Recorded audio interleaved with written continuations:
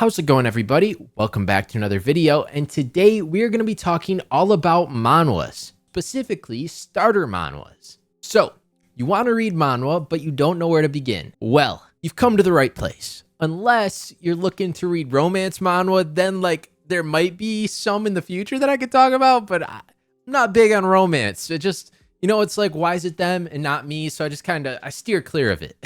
Now, I do have some things to say before I recommend these manhwas. So, first off, there's only going to be 3 manhwas in this video because time constraints, and I don't have an editor, so I can't really take too long on the videos. If the video is too long, it'll take too long to come out. So, sorry.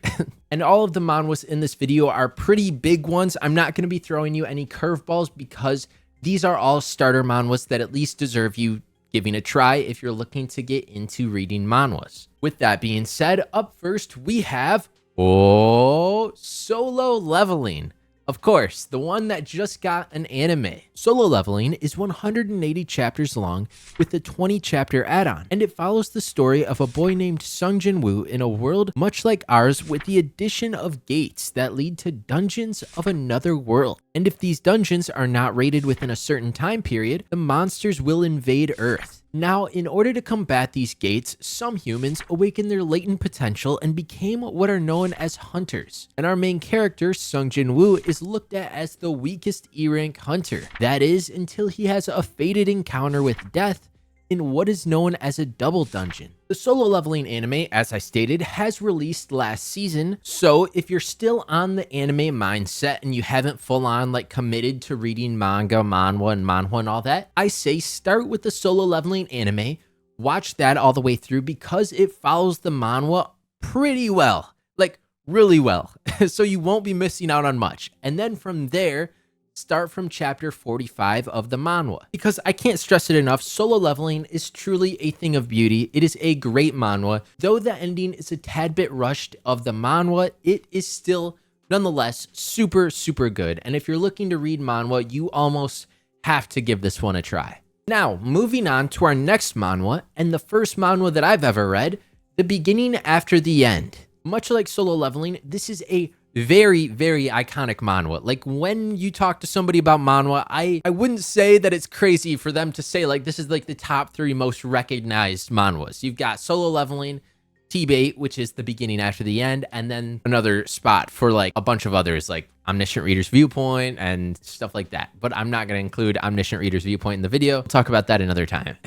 Now, before I say anything about The Beginning After the End, there's a big feud going on with the artists. Right now, they're arguing over how much they're getting paid and stuff. So there's a big blockage with that. So we haven't seen any chapters from The Beginning After the End for a while now, but rumors have stated that they're going to be starting back up this summer. However, don't let this scare you off the manhwa because it is a top quality manhwa with 175 chapters. Now, if you're watching this video, I assume you're still kind of stuck in the anime mindset of things. So I believe that The Beginning After the End is a great transition for you, especially if you like Mushoku Tensei Jobless Reincarnation. Now, before you say anything, our main character of The Beginning After the End is million times better than Rudeus. Everything that Rudeus isn't, Arthur Lewin, the MC, is. But both stories have a very similar start where the character dies and then wakes up in the body of a baby. And then they show their, magical prowess and combative prowess and stuff. But there are some key differences between the two. One was a king and the other was a loser.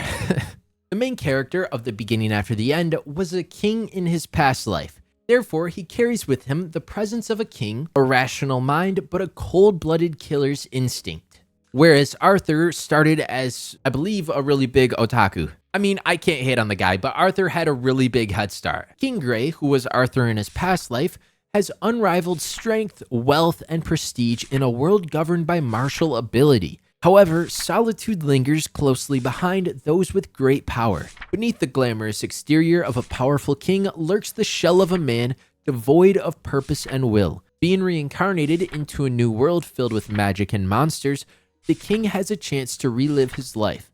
However, correcting the mistakes of his past will not be his only challenge.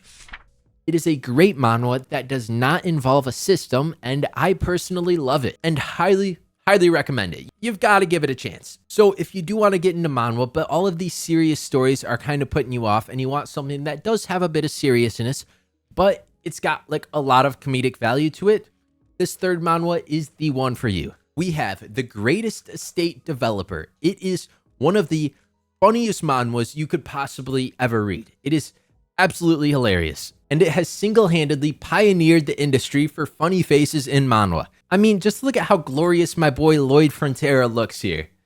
This manhwa currently has 126 chapters and follows the story of a civil engineering student, Suho Kim, who falls asleep while reading a fantasy novel. He then wakes up as a character in the book, and this character is no ordinary character. He is now in the body of Lloyd, who is a lazy noble who loves to drink, and whose family is in a mountain of debt.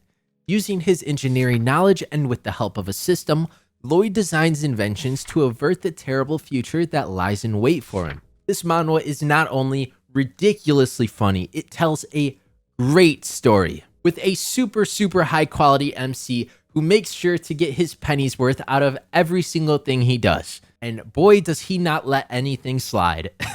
You've got to give this one a try as well. Now, there are a plethora of top manhwas that we can talk about in this video, such as Omniscient Reader's Viewpoint that comes to mind right away. And it is a great story, but for the sake of this video not being too long, I'm sorry, but it's not included. I can make more videos about this, but for this one, we're going to keep it at these three. So I hope you enjoyed this video. If you did, please don't hesitate to hit the subscribe button. Maybe leave a like, maybe check out the socials up here and join the Discord to get notified when I post. I hope y'all have a wonderful day, night, morning, afternoon, sunrise, sunset, whatever time it is for you. I hope you have a great one because you deserve it. I love you all so much, and I will see you all in the next video. Bye.